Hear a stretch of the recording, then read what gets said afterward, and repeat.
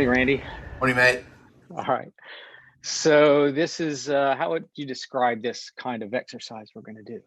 Kind I of. would call this sort of a free association exercise, which is a way of um, a fun way of looking at the learnings we've had so far, and see what comes out. Like what avatars can we come up with?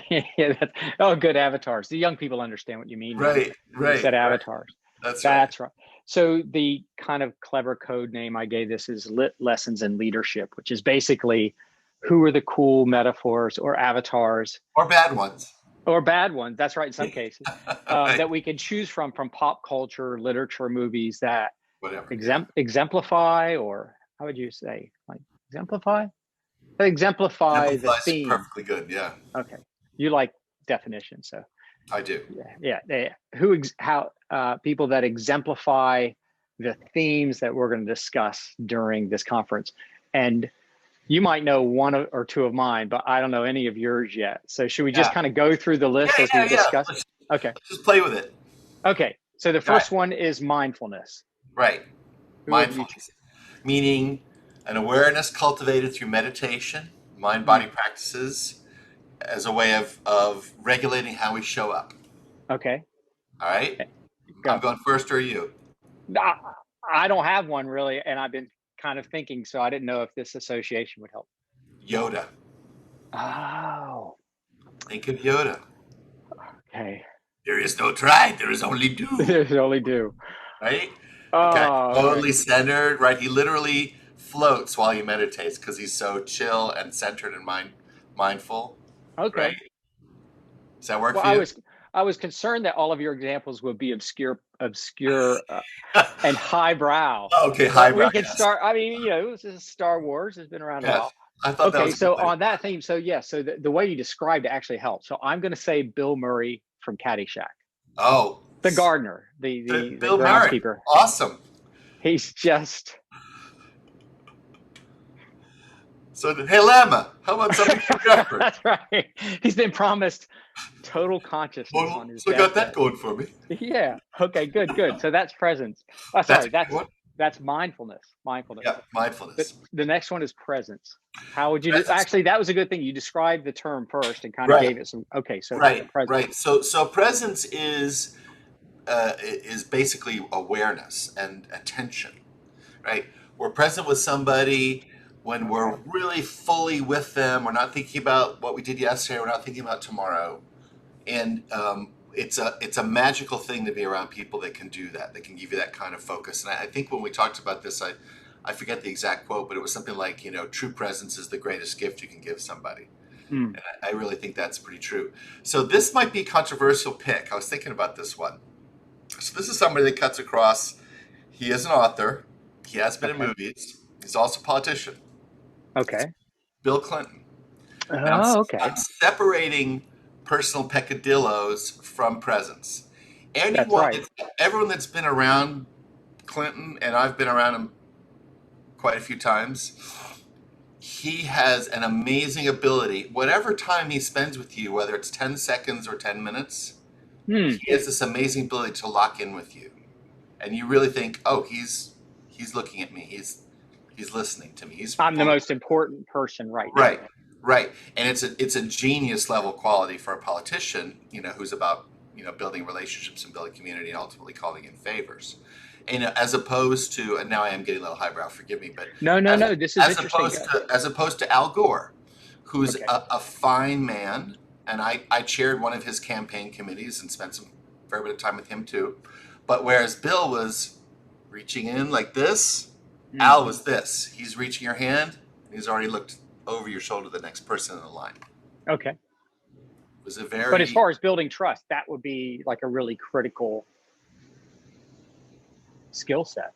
yeah, Is yeah. it intuitive, do you think, or is it something that you can properly I think develop? I think it's something you can learn for sure, but I do Okay. think it's something that people are born with. It's easier for some people than for others. There's no doubt about that. But I think that, if we're really mindful and realize we lack presence, we can build presence. We can learn it. We can add that to our arsenal, right?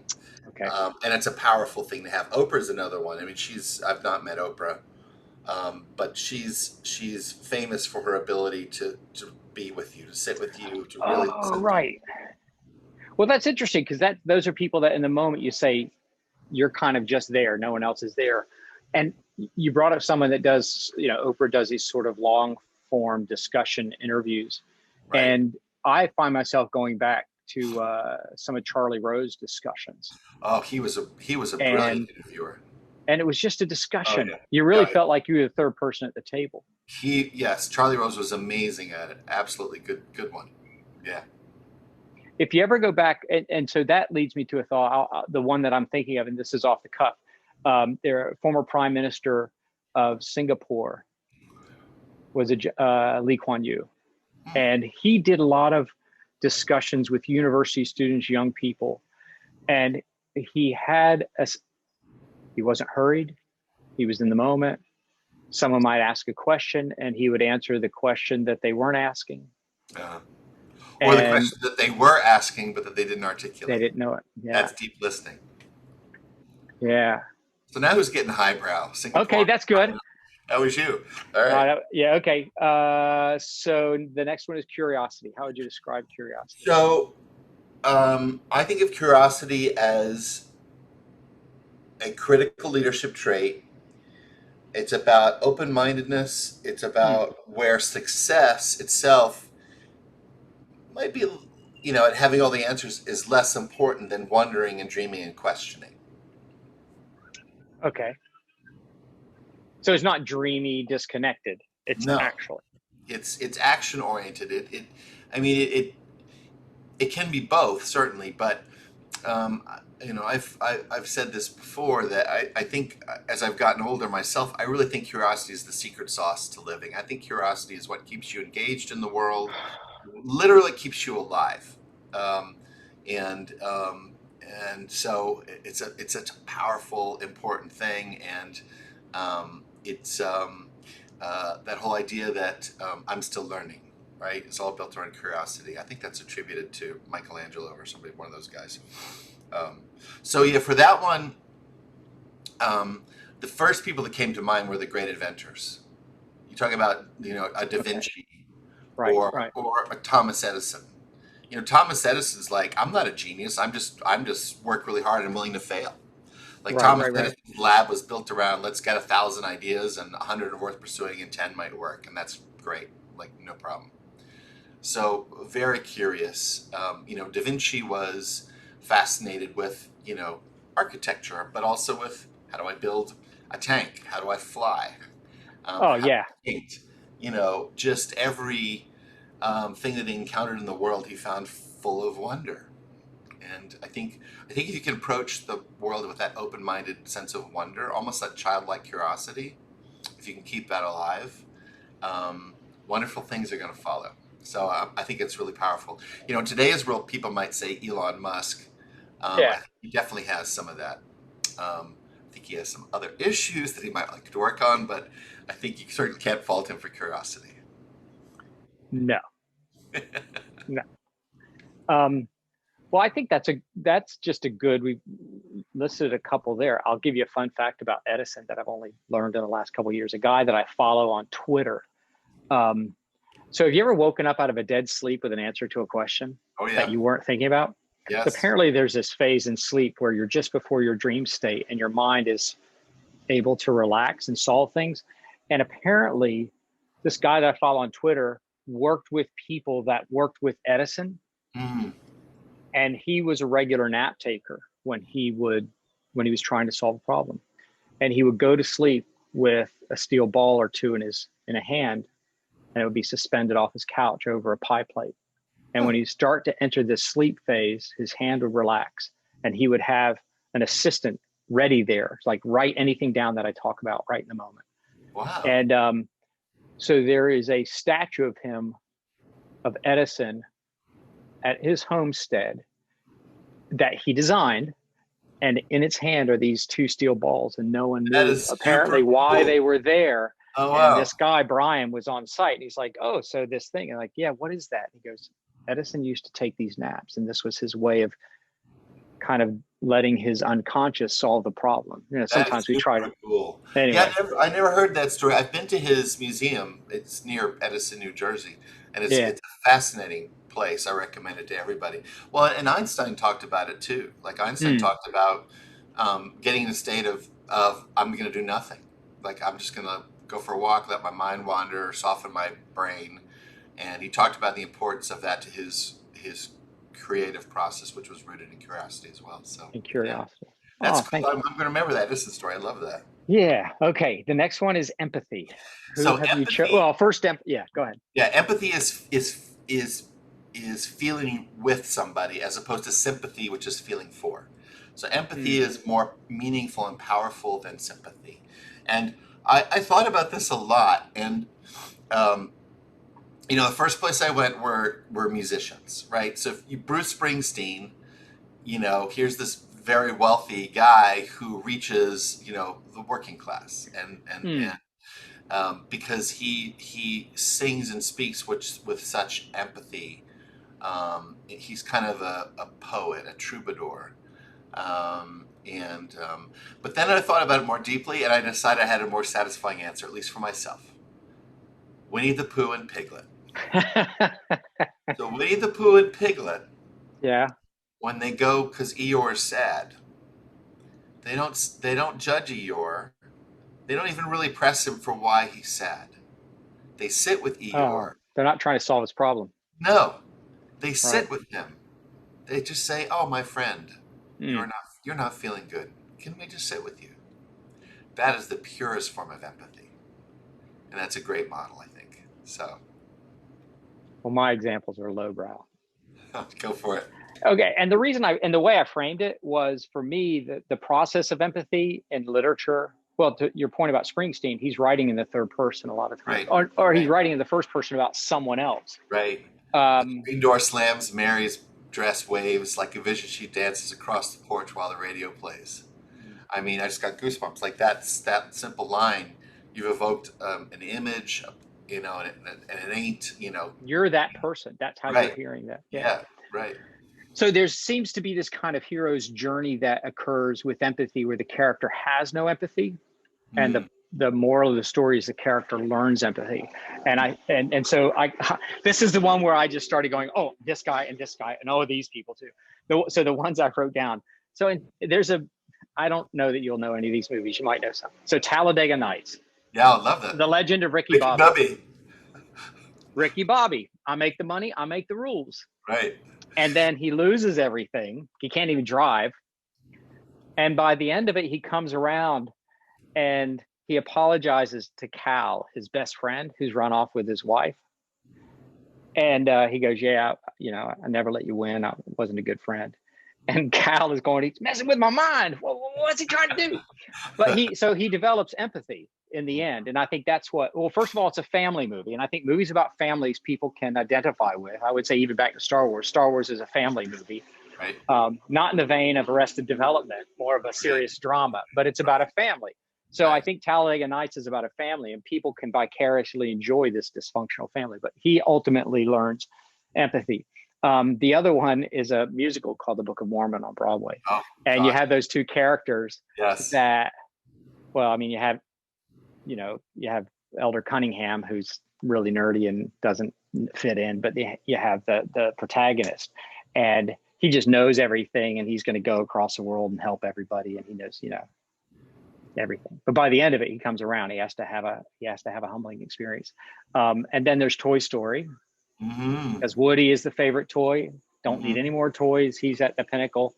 And then the new toy comes around, and he has to go through that hero's journey of Right. finding himself. But I think the big one that really stuck with me is, and we watch it every year at Christmas, is A Christmas Carol by Yeah. Dickens. Right. And this Scrooge character that actually he might have all of the other characteristics. He has mindfulness presence. He's curious. He's just curious about that thing. He has purpose. He has no empathy. He works with Bob Cratchit. He's cruel to him. He won't even let him heat the office. And it's through his, I guess, fear of death. Yeah. He's visited by the future. He's visited by the past, present, and future, that I guess, I don't know what you could call that in sort of religious terms. It's sort of, on the road to, what was the Apostle Paul, and he had that sort of transit. Yeah. So he has that experience. And at the end of it, the reason we love him is because he has empathy. He comes back. He takes care of Tiny Tim. He's going to look after Bob Cratchit. He startles people actually with his empathy and with their desire to be around. And he doesn't come in cocky. He comes in, look, my favorite version of this, family's favorite version, is with Patrick Stewart. And he comes in and he enters his sister's son's house. So I guess that's what's the legal definition of your sister's son, Randy? That would be your nephew. Your nephew. And he says, "Won't you have me?" Right. And they say, "Of course." And they pull a chair. They're shocked to see him. And he, of course, how warm and unjudgmental was the of course too. His nephew, to use your term, his nephew's wife is judgmental of him, how foul-tempered and foul-mannered he is. And he actually says, well, then that should make you pity him more, because he only has his own company. Mm-hmm. And I might even confess to getting choked up every year at that scene where he comes and says, "Won't you have me?" Mm-hmm. And take me in. It's a great line. I love it. I mean, that's my favorite. Thanks, Randy. Yeah. Okay. Purpose. All right. So I had to think about this one actually, because a lot of answers came to mind. I mean, the whole idea of being purposeful. You have a definite aim and a strong desire to achieve it, right? And then the idea of purposeful work is when you're doing something that contributes meaning to your life, but also can have some relevance to the greater community, like something beyond self. So, I started truly in pop culture, and then I went low pop culture. So, the one I thought about was, on further reflection, I think that the Lord of the Rings is much about Samwise Gamgee as about anybody else. Who is the real protagonist? Who's the real hero? I mean, if you think about his devotion to Frodo and his steadfastness and his purposefulness, and he basically took on this mission, this mantle. Nothing was going to shake him from that, and he did something spectacular, literally just by putting one foot in front of the other. And I found that very cool, and that's good. That's a good inspiration. And here's where I got very silly. I don't know what I was thinking but I wrote down Plankton from SpongeBob SquarePants. I went to college. Whose sole goal is to steal the Krabby Patty recipe. Like that is, he has purpose. And then from there, I went to the Brain from Pinky and the Brain. Like, hey, Brain, what are we going to do today? Same thing we do every night. Pinky, try and take over the world. Yes. So two silly examples of purposefulness, but Samwise, I think, is the better model, probably. He ultimately carried the ring. He ultimately bore the burden by carrying Frodo. Right. Yeah. That's what an epic that is. Well, the ones I chose a couple, but I'll only go into one deeply. Yeah. The Blues Brothers. Yes. That's a purpose. What's their purpose? On a mission from God. That's a pretty big purpose. They have to go visit the penguin, save the orphan. That's right. Save the orphanage. I love this. Kill Bill. Oh yeah. What's her purpose? I'm going to kill Bill. Yep. It's not. It doesn't vary. She's on a rail. The Princess Bride. Oh, I love that movie. Yep. And the sense of purpose. The movie has ever been made. Apparently, the author has been trying. The idea of writing a sequel has come to mind a number of times. He says he can't find anything that would resonate. He's the same guy who wrote Butch Cassidy and the Sundance Kid. I mean, he's written a whole bunch of brilliant movies. Oh yeah, Goldman is phenomenal. And it just works as an aside, but if anybody wants an uplifting, just happy read, you read Carrie Elway's As You Wish, his little biography about the making of The Princess Bride. Oh no! And it's such a perfect movie, and you hope I need to cut away and go to Amazon now. I mean, it's one of those things. You hope that they actually loved each other and actually had a great experience making the movie. And guess what? They did, and they They do. did. Yeah, You can't, so many good lines in there. yeah, yeah. To blave, to blave. Marriage, Not knowledge. marriage. Oh Brings man. us together Look, today. and even the kind of the meta of the grandfather and grandson, to get Yep, through the story, as opposed to just telling the story, but telling it through this generation, and yep, getting to that point of the shrieking eels and going, wait, is this a kissing book? right, I right. mean, it just takes you back out. It's so good. Yeah, But the well, one that I it's really go perfect ahead. movie. No, it's a perfect movie. That's all. I'm disagreeing with you. Yeah, he has to kill the man who killed his father. That's it. That's his sense of purpose. But the one that I really love, and I don't watch a lot of TV. I watch. It's embarrassing. I watch South Park and I watch Rick and Morty, but otherwise, the TV just sits there, and I've tried to stay away. But the one series that I watched that resonated so completely with me, and in a way that TV normally does it, is this series by a British comedian named Ricky Gervais. It's called Mm, Afterlife. mm, And this guy, he must be in his 40s, late 40s, early 50s, and his wife has died. And he's angry and cynical and adrift. And when I talk about somebody without any wind in their sail, and they're nowhere. Oh, is that so good? And mm. he actually decides, without giving away any spoilers, that he's realized that he could just be an asshole to whoever he wants. And if it doesn't work out, he can kill himself. And that's like a superpower, because what can people do to you? And he's so angry and embittered. His father's dementia, and but he does go visit his father caringly, but he's just, nothing gives him a sense of joy or purpose he hates his job in this small town. Oh, but it is so beautifully done. And maybe it doesn't resonate with everyone, but I could watch if a friend sat down and said, "I've heard about this thing called Afterlife. Do you want to watch it?" I would. Oh, I'm here. I'm right next to you. Here I am. That was the first time I ever realized that theater or movie or anything could make you laugh and cry at the same time. It was just joyful. Other than the Book of Mormon on Broadway, I think that's Okay, I'll have to check it out. Oh, this is great. I'd love to Fun. do something like this again. It's fun. Yeah. Yeah. And we're about so today is Monday the 6th, 7th. We're meeting the week of the 27th. So I would say this is like we're 3 weeks away. I gotta buy an airline ticket. Yeah, you do. Please buy an airline ticket, Randy, Yeah, and yeah, send me the bill. All I right. will. You count on both of those things. All right. All right, Safe brothers. travels. Keep in Take touch, care. man. Thank you You so too. much. Bye. Bye.